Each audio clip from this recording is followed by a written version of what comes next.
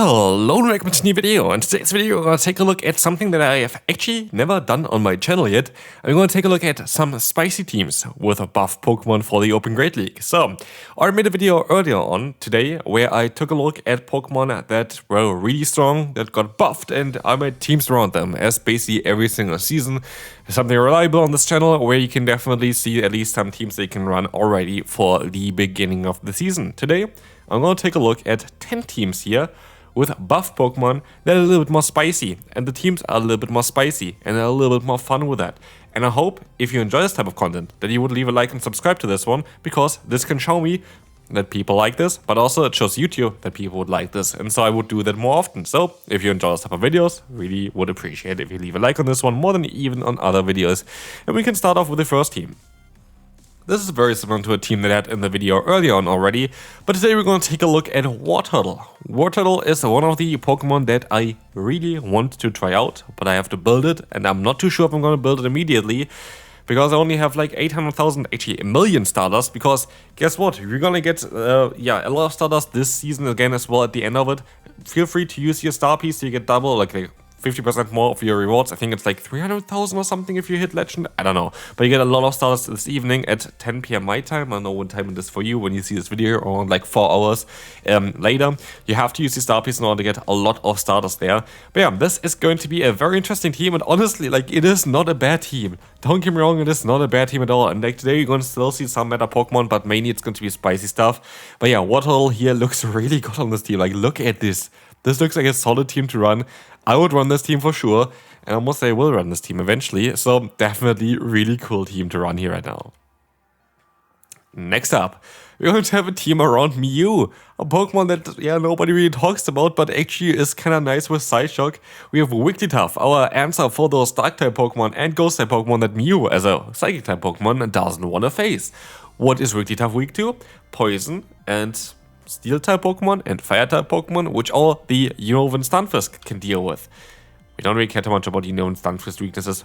They're gonna be for a different thing. No, like, it's better basically in the other way around. So like we have the answer for the weakness of Wigglytuff, we don't really have the best answers for the weaknesses of Stunfisk. That's what I want to say with that. But this team looks actually really strong again, and this is the thing as well. Like, you have here Pokemon that you don't really see that often. Like, Wigglytuff you see quite often, don't get me wrong, but neither Mew or the normal Unova Stunfisk are that common, but they look really good here together. Claydol could be a different thing here, but I feel like Claydol is actually manageable as well in the 2-shield scenario with Mew, because you have super effective fast move damage.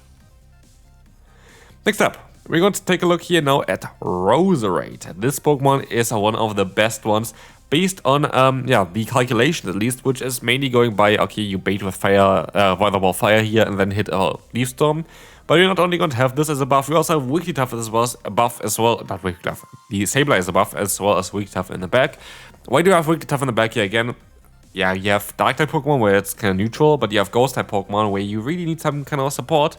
And where do we have Sableye for Pokemon like Clodsire? For example, you encounter Clodsire on the lead here, you stay in, you go for a Leaf Storm, try to do as much damage as possible. Let your Roserade go down, go into your Sableye, farm it down, win the matchup, whatever, and then you still have Wigglytuff in the back. If you have a Ghost-type in the lead, you can still swap out just into the Sableye and still have the Wigglytuff as a harder answer in the back, which just makes some sense. With Dazzling Gleam, you're going to have solid coverage against the Mandibuzz as well. This team looks like a lot of fun. I think it's a great team to run, and Roserade looks like a really good Pokemon for the Open Great League right now.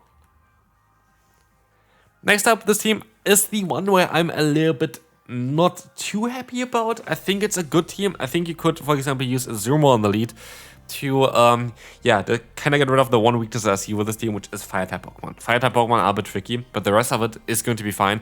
You can still just play out the Darkspawn matchup against, for example, something like a Talonflame. It still should be fine here for you.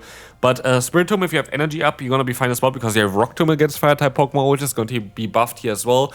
And Venomoth in the back with Psywave now. It's going to be an interesting Pokemon. And again, as you see here as well already with the teams, you have a lot of Pokemon that you would usually not see, but actually have some solid play. Like, look at Spiritomb and look what it can do. Like, this Pokemon looks absolutely usable, and yeah, got buffed this season. Cool team here. And we're gonna move on to team number 5. We're going to have Drampa. Drampa is going to be an interesting Pokemon because it's good access to Swift, and also we have Jellicent, which got buffed Hex basically, which is going to be great as well. As you're gonna see here as well, Germnaa are going to have a lot of play against Pokemon that your backline doesn't want to face. What does your backline not want to face? Especially Pokemon that are part Electric type.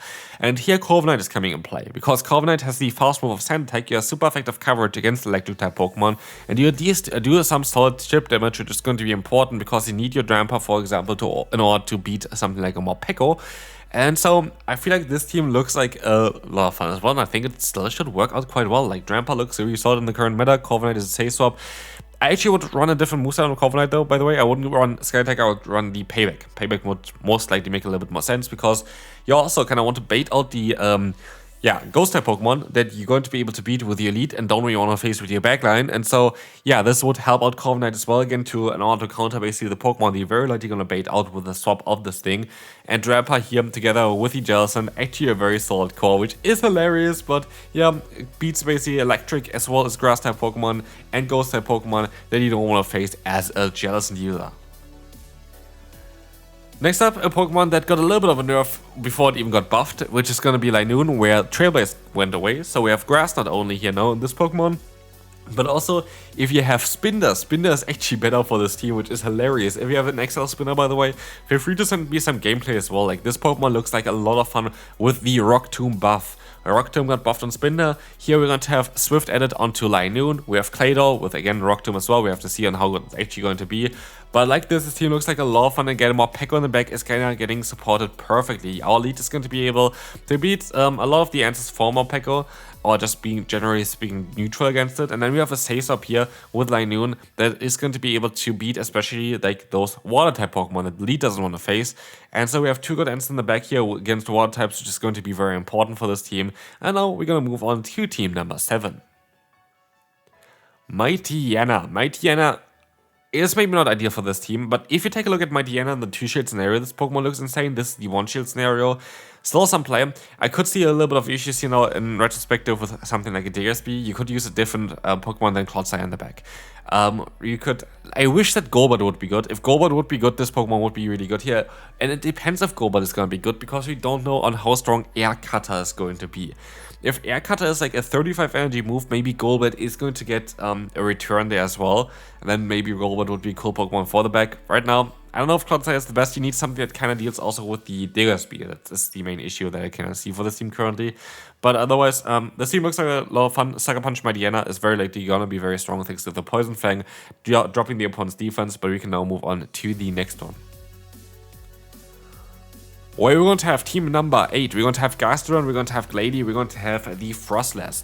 Both Bulbasaur, Frostless, and Glady kind of has to, let me put both of them in the same team. Like, this would be kind of course, a crime if you don't put Glady together with a Frostless. Two from the same family here.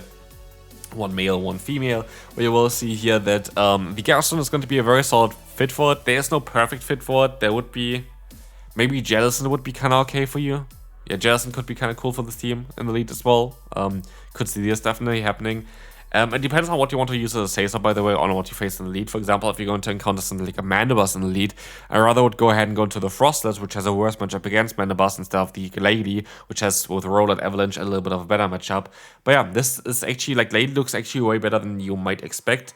Still doesn't mean that this Pokemon is absolutely overpowered by any means. It is not, but it definitely has some play, which is kind of cool. So Glady here for a team might be an interesting choice. Like, I should have maybe used a different Pokemon in the back, because we have Clodsire, which is literally a blob, and the Wailmer, or like Wailord, which is literally a blob. So, should have used something different than Greninja in the back here. My mistake. Maybe we go for Clodsire, Wailord, Wailmer core. That would be kind of hilarious. But Wailord is not bad. Like, Wailord is really not bad, as you're going to see here as well. If you have it with the return, you're going to have solid coverage with it. Otherwise, I would run with the Blizzard. Yeah, the moveset of the charge moves is like the issue with for Wailord. Like, if this Pokemon had a little bit of a cheaper charge move, it would be way better than it actually is currently. But Rollout really helps this Pokemon. Wailmer has access to Body Slam, which is kind of cool, which is going to make it a little bit faster and might be a little bit better than a Wailord. But both of them are going to be a very interesting Pokemon to run. And I just like to see that a Wailord has a bit of play, and I definitely want to showcase this Pokemon here.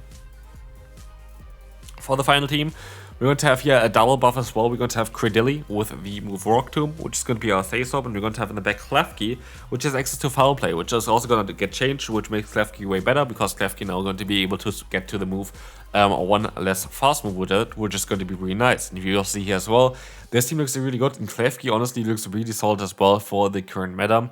Yeah, there's the alternative, of course, if you don't have Klefki, which is a regional Pokemon, to go for the Mawile, which also has access to at least to Astonish, but then again, like a different charge moveset. But yeah, this is going to be it for this video. If you enjoyed the little bit more spicier teams, I would really appreciate if you could leave a like and subscribe to this video. I will always see those stats afterwards as well to see if this is actually something you want to see in the future. Otherwise, check out the video I made earlier on about, yeah, basically the top teams here as well. That's definitely worth watching if you want to have like a try-hard session later on. But otherwise, you're going to see me later again here on this channel when the new season is going to drop. And yeah, until then, I will see you there. Bye-bye.